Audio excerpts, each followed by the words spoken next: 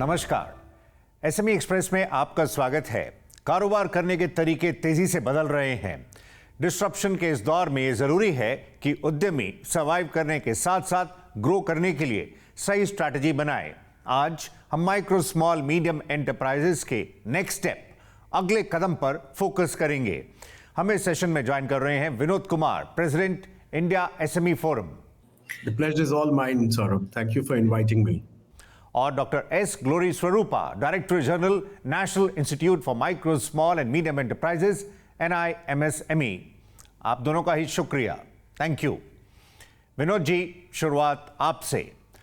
मौजूदा business momentum को आप किस तरह देख रहे हैं? साथ ही इस दौर में MSMEs के कामकाज को कैसे एनालाइज कर रहे हैं? देखिए सौरभ जी, हम सबको पता है कि MSMEs काफी क्रिटिकल कंपोनेंट्स हैं हमारे मैन्युफैक्चरिंग इकोसिस्टम के, जिससे कि जॉब क्रिएशन, इनोवेशन और इकोनॉमिक ग्रोथ तीनों जुड़े हुए हैं।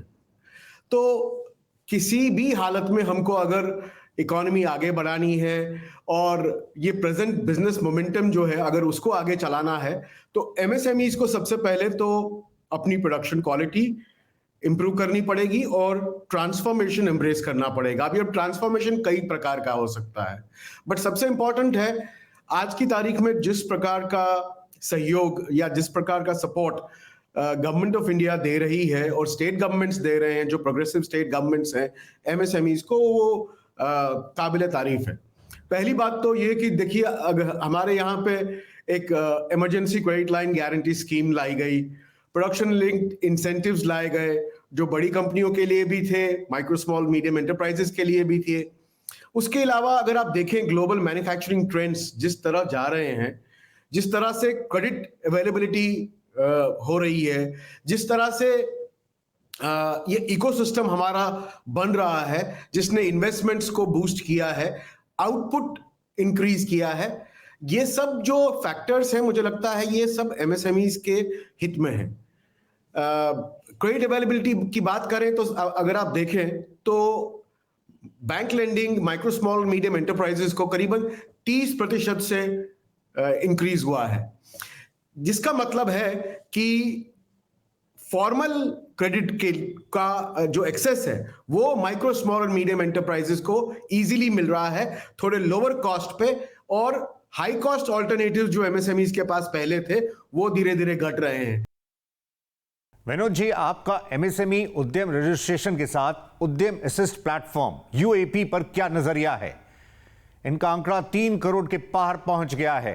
आप मानते हैं कि ये MSMEs के लिए जरूरी है कि वो रजिस्ट्रेशन के लिए आगे आएं, वरना वो तमाम तरह की गवर्नमेंट स्कीम्स के बेनिफिट्स नहीं ले पाएंगे। साथ ही इस तरफ बढ़ने से उद्यमी फॉर्मल फाइनेंसिंग के चैनल से भी कनेक्ट हो सकते हैं।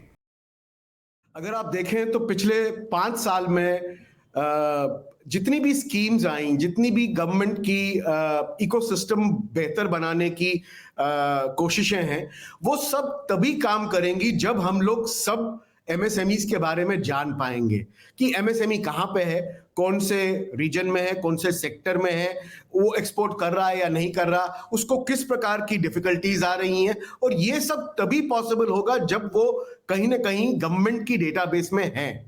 1.5 करोड़ पे अटका हुआ था ये फिगर उद्यम रजिस्ट्रेशन का, और गवर्नमेंट ने जब सिडबी के साथ मिलके ये उद्यम असिस्ट प्लेटफॉर्म चालू किया तो हम सब लोग की आशाएं बहुत बड़ी हुई हैं। इनफैक्ट हमको तो चाहते हैं कि भारत में हर एक माइक्रो एंटरप्राइज या स्मॉल एंटरप्रेन्योर ये MSME मंत्रालय में जुड़ा हो और ये उद्यम असिस्ट या उद्यम रजिस्ट्रेशन दोनों में से किसी भी प्लेटफॉर्म में रजिस्टर करे। सबसे इंपॉर्टेंट बात अगर आप देखें तो जितने भी MSMEs रजिस्टर होंगे उन सबको डायरेक्ट और इनडायरेक्ट टैक्सेस में एग्जम्पशंस मिलेंगे, कंसेशंस मिलेंगे, एक्सपोर्ट करने में मदद मिलेगी, उनकी लाइसेंसेस, अप्रूवल्स जो भी उनको चाहिए वो वाइडली मिल पाएंगे, और सबसे इंपॉर्टेंट वो इजीली ग्रो कर पाएंगे क्योंकि उनके पास लोन्स इजीली अवेलेबल होंगे, उनको सब्सिडी भी मिल पाएगी, चाहे फिर वो इंटरेस्ट की बैंक इंटरेस्ट की सब्सिडी हो, चाहे फिर वो पेटेंट्स हो, लोन्स हो, किसी भी प्रकार का। डॉक्टर ग्लोरी, उद्यम असिस्ट प्लेटफॉर्म इसी साल के शुरुआत में लॉन्च किया गया था।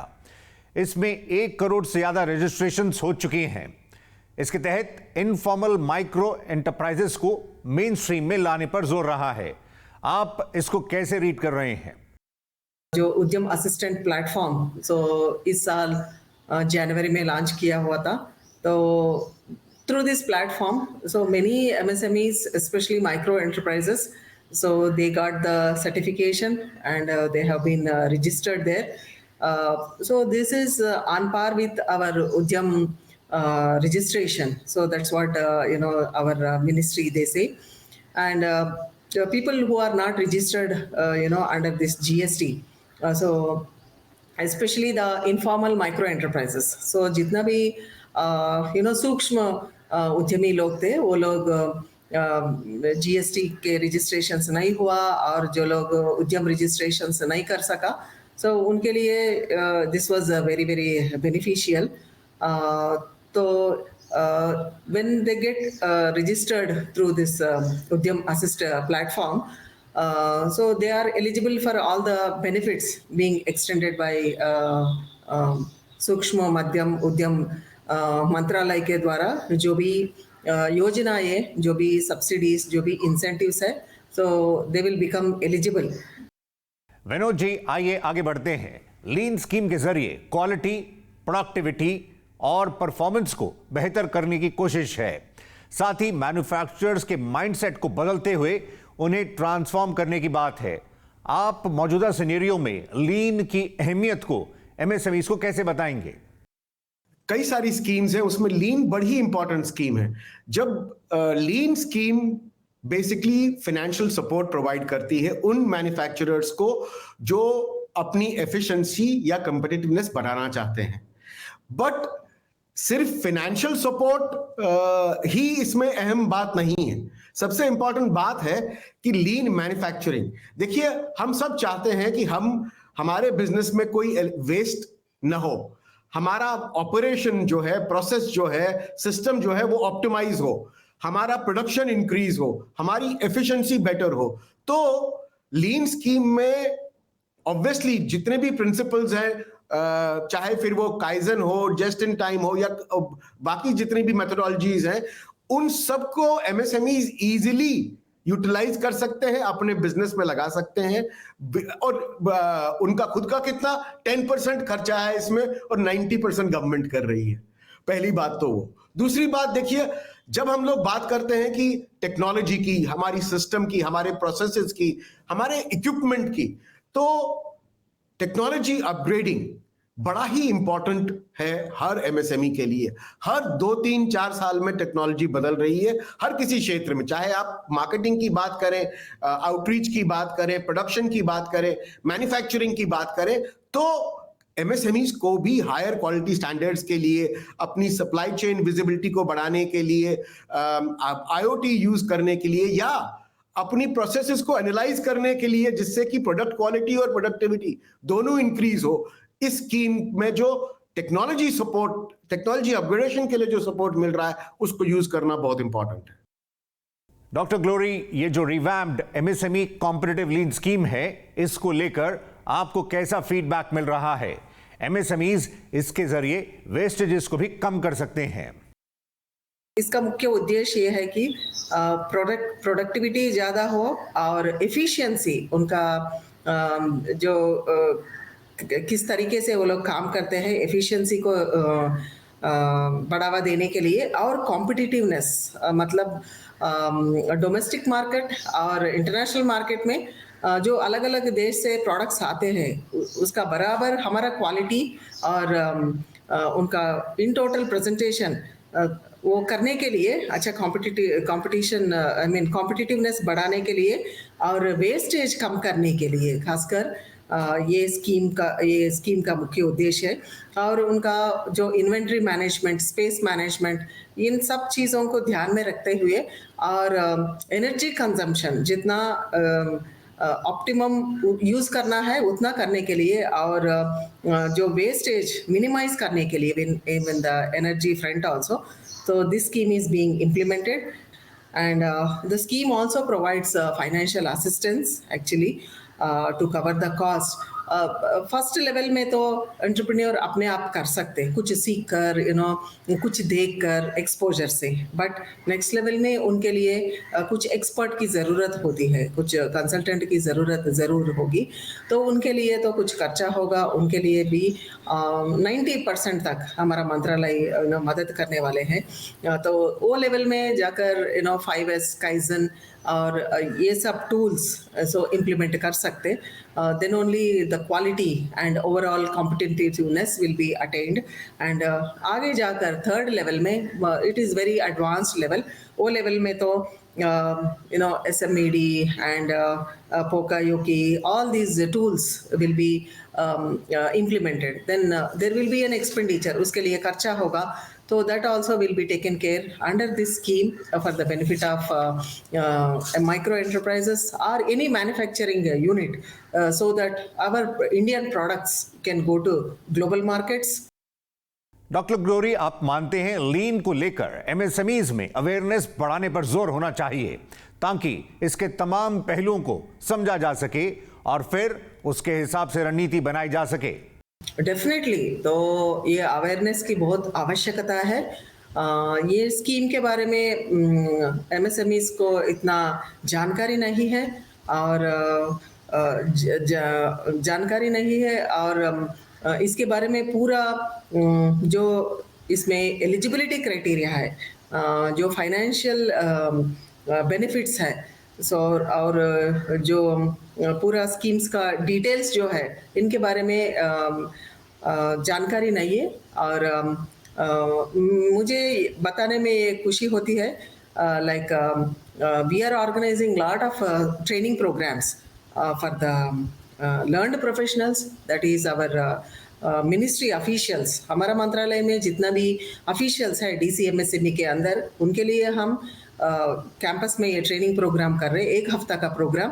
विनोद जी, इस बदलते दौर में एमएसएमईज की नेशनल और ग्लोबल सप्लाई चेन्स में लिंकेजेस की बात हो रही है, ऐसे में ESG गुड प्रैक्टिसेस को लेकर एंटरप्रेन्योर्स को कैसे प्रोत्साहित किया जा सकता है? हमारे एंटरप्राइजेस, हमारे एक्सपोर्टर्स कैसे ग्लोबल सप्लाई चेन्स में इंटीग्रेट हो पाए, वो तभी हो पाएगा जब हम लोग ने एनवायरमेंटल, सोशल और गवर्नेंस तीनों पे जोर दिया है, उनकी बेस्ट प्रैक्टिसेस अपने बिजनेस में डाली है। अब ये कैसे हो सकता है? देखिए, इंडस्ट्री को अगर आप पूछेंगे तो सबसे पहला बात आएगी कि भाई सब्सिडीज हो, लो कॉस्ट कैपिटल मिले, एक्सपोर्ट पे क्रेडिट मिले और प्रायोरिटी लेंडिंग जिसमें ESG का कंप्लायंस और सर्टिफिकेशन जुड़े हुए हो। ये सब चीजें वो हैं जो शायद लॉन्ग टर्म बिहेवियर को एनकरेज करेंगी। दूसरी बात है कि जैसे हमारे जैसे industry bodies, we are today India's largest organisation for small and medium enterprises, करीबन 12 लाख एंटरप्राइजेस जुड़े हुए हैं हमसे।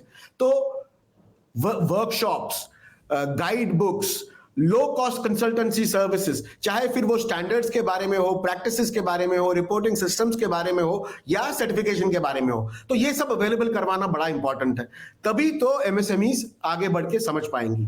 तीसरी बात हुई कि जब आपने किसी भी एंटरप्रेन्योर को आपने कुछ समझाना है तो तभी समझा पाएंगे जब उसको कहीं ना कहीं अपने पेयर्स में, अपने आसपास के लोग में, अपने सेक्टर में केस स्टडी मिलेगी कि भाई ये एक्सेप्शनल परफॉर्मेंस हुई और इसका कारण ये ESG के बेस्ट प्रैक्टिसेस थे। वो पेयर मोटिवेशन ऑटोमेटिकली एंटरप्रेन्योर्स के लिए काम करता है।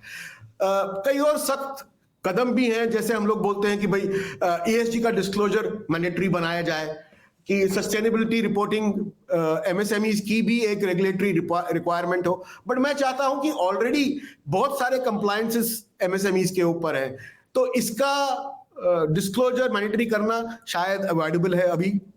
We are implementing this the training program again on Z certification across industry associations. एक industry association में हम गए तो minimum 500 to 1000 units होती है, तो micro unit, medium unit, large unit and small units and different category of units we have. So we are organizing advanced management development program in this Z practices and Z certification.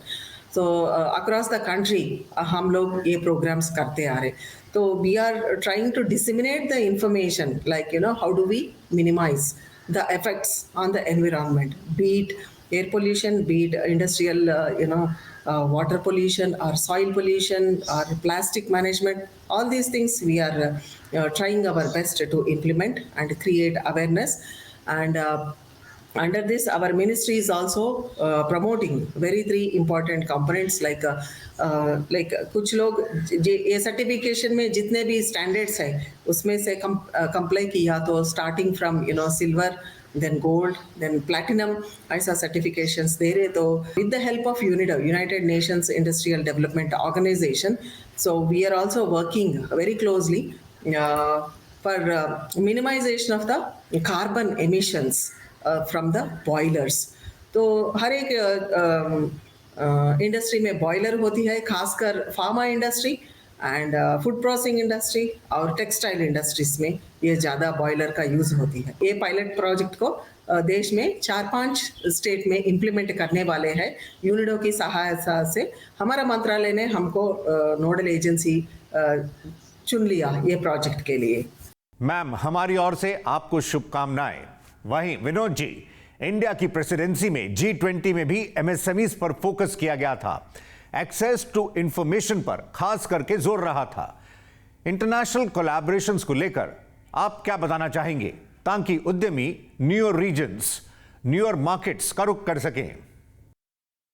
India में अगर हम लोग बात करें तो 6 करोड़ 6.5 करोड़ लोग हैं जो एंटरप्रेन्योर्स हैं, जो सेंसस में आए हुए हैं. बट उसमें से कितने एक्सपोर्टर्स हैं या कितने के पास एक्सपोर्ट ओरिएंटेशन है? आप हैरान रहेंगे, लेस देन 1.5 लाख. सिर्फ 1.5 लाख लोग हैं जिनको समझ में आ रहा है कि भाई हम कहीं ना कहीं पे एक्सपोर्ट का मार्केट है, तो मुझे आईसी कोड लेना चाहिए, अपने प्रोडक्ट का एक्सपोर्ट पोटेंशियल ढूंढना चाहिए. बट फ्रैंकली स्पीकिंग, हमारे हर एंटरप्राइज का एक एक्सपोर्ट पोटेंशियल है और अपॉर्चुनिटी है. Number 1. Number 2, at the same time जब हम लोग बात करते हैं कि भाई जितने भी हमारे पास पोटेंशियल है, चाहे फिर वो कोलैबोरेशन का हो, नॉलेज शेयरिंग का हो या कोई भी और चीज का हो, इसको आगे कैसे लेके जाए. देखिए, आपके पास अर्बन में और रूरल में एक डिवाइड है, वो तो हम सब लोग को पता है. बट ये डिवाइड को तभी हम लोग खत्म कर सकते हैं जब हम लोग इंफॉर्मेशन अवेलेबल करें. जिस जयपुर डायलॉग में जिसकी बात हुई, उसका उद्देश्य ये था कि देखिए, आईटीसी ऑलरेडी एक ऐसा पोर्टल चलाता है जिसमें आप अपना प्रोडक्ट का एचएस कोड, अपने मार्केट का थोड़ा इंफॉर्मेशन डाल के आपको विश्व में कौन से मार्केट में क्या पॉसिबिलिटी है वो आपको पता चल सकता है.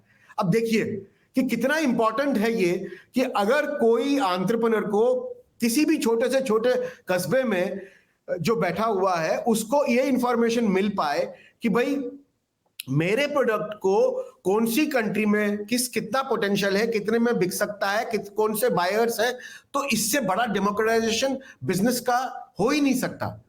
और इस पे गवर्नमेंट काम कर रही है.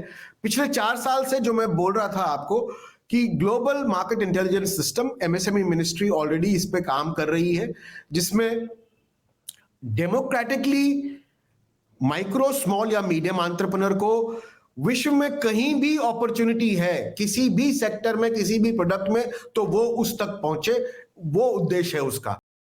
हम फिलहाल ब्रेक के लिए रुक रहे हैं. आप देख रहे हैं एसएमई एक्सप्रेस.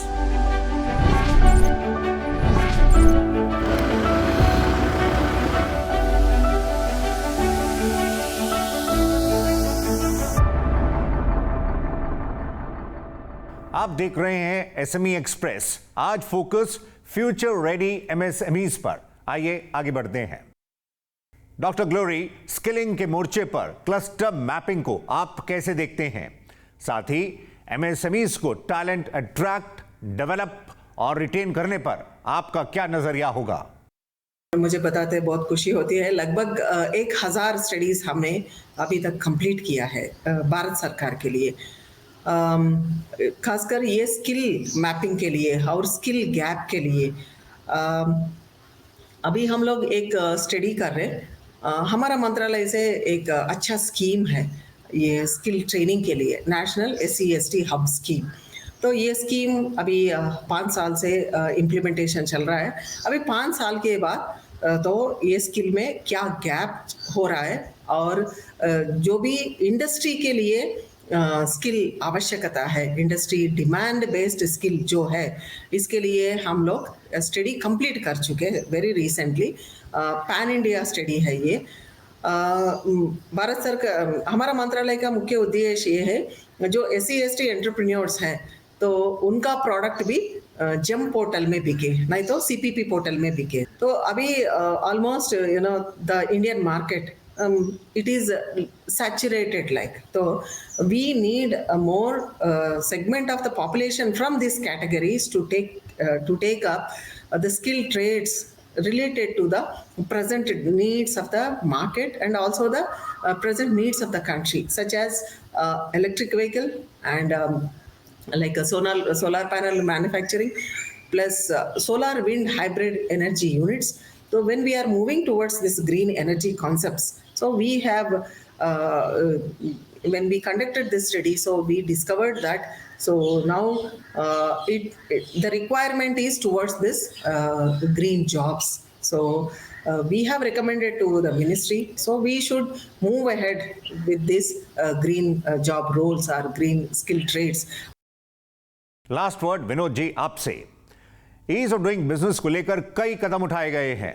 इस फ्रंट पर और कैसे मेजर्स की जरूरत है ताकि उद्यमी अपना पूरा फोकस कारोबार को नेक्स्ट लेवल पर ले जाने पर कर सकें और कंप्लायंसेस में ना उलझे रहें? देखिए, अभी भी अगर आप देखें तो हर एक एंटरप्रेन्योर करीबन 170 डेट साल में याद रखता है। अब ये देखिए कि इतने सारे डेट मुझे क्यों याद रखने पड़ते हैं। IT के लिए अलग, ROC के लिए अलग, GST के लिए अलग, लेबर के लिए अलग। तो मैं अगर ये सब डेट में फंसा रहूंगा तो बिजनेस कब करूंगा? इस युग में, करंट युग में हमको और बरसक प्रयास करना पड़ेगा कि ताकि हम लोग अपने बिजनेस की जो कम्युनिटी है या उसमें से मेजरली जो माइक्रो और स्मॉल एंटरप्राइजेस हैं, उनको सस्टेनेंस, उनका ग्रोथ, उनका एक्सपेंशन, इसके लिए कैसे हम लोग कंप्लायंस और भी इजी करें। और इसमें ऑलरेडी न्यूजीलैंड में, जॉर्जिया में, मतलब ऐसी कंट्रीज में जो सिर्फ हमसे छोटी हैं इन टर्म्स ऑफ इंडिपेंडेंस, तो जिन्होंने ये सब कर दिया है, उनसे हम लोग सीखें।